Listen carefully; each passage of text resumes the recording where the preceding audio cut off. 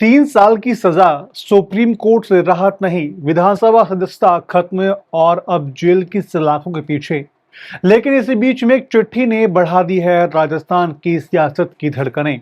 पूर्व विधायक कंवरलाल मीणा, जिन पर कभी सरकारी अफसर को पिस्तौल तानने का आरोप लगा था, क्या अब भजनलाल सरकार की सिफारिश से मिल जाएगी सजा माफी? और अगर मिली तो उसके पीछे राजनीति है या दया की परंपरा?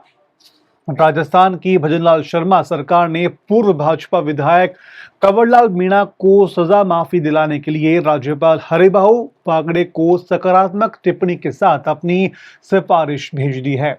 सरकार की ओर से भेजे गए पत्र में कंवरलाल मीणा को कानूनी प्रक्रिया में सहयोगी, समाजसेवी और जेल में अनुशासित कैदी बताया गया है। इसमें उल्लेख है कि उन्होंने नेत्र चिकित्सा शिविर, रक्तदान शिविर और तिरंगा यात्रा जैसे कई सामाजिक कार्य किए हैं।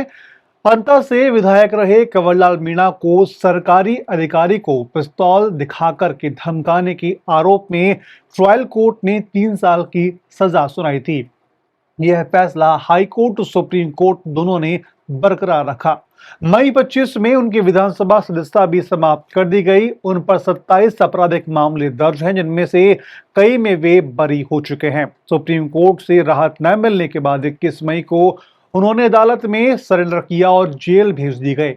कुछ दिनों बाद उन्होंने संविधान के अनुच्छेद 161 के तहत राज्यपाल को क्षमादान के लिए आवेदन दे दिया। इस पर राज्यपाल सचिवालय में सरकार से राय मांगी थी, जिसके बाद अब सरकार ने अपनी टिप्पणी भेज दी है। सूत्रों के मुताबिक सरकार ने सजा कम करने के लिए 3 प्रमुख आधार बताए हैं। पहला, कानूनी सहयोग। सुप्रीम कोर्ट के आदेश के बाद मीणा ने बिना टकराव के सरेंडर किया। और सामाजिक योगदान दूसरा, जिसमें उन्होंने नेत्रदान शिविर, निःशुल्क चिकित्सा शिविर, रक्तदान शिविर, तिरंगा यात्रा और सर्वजातीय विवाह सम्मेलन जैसे कार्यक्रम किए। तीसरा, जेल में व्यवहार। जेल में रहते हुए उनका आचरण शांतिपूर्ण रहा। कंवरलाल मीणा भले ही सजा मिलने पर चुनाव लड़ने के अयोग्य रहेंगे, लेकिन अंतर क्षेत्र में उनका प्रभाव माना जाता है। उनकी विधानसभा सदस्यता समाप्त होने के 6 महीने के भीतर उपचुनाव होना अनिवार्य है। ऐसे में माना जा रहा है कि उपचुनाव से पहले इस मामले पर अंतिम निर्णय हो सकता है।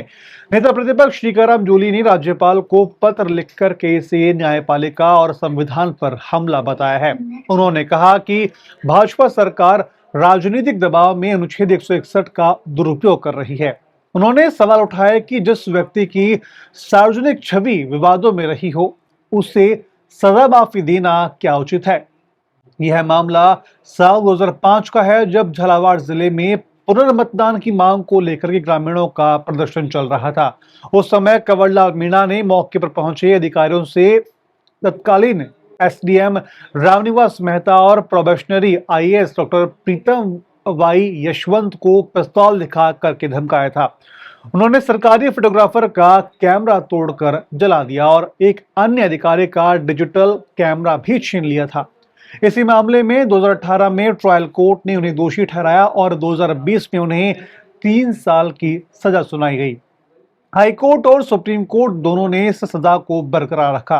कानून एक्सपर्ट का कहना है कि चूंकि यह मामला एक ऑल इंडिया सर्विस अधिकारी आईएएस से जुड़ा है, इसलिए क्षमादान के लिए केंद्र सरकार की मंजूरी भी बेहद जरूरी है। सुप्रीम कोर्ट ने राजीव गांधी हत्याकांड के दोषियों की दया याचिका के मामले में भी यही सिद्धांत स्पष्ट किया था।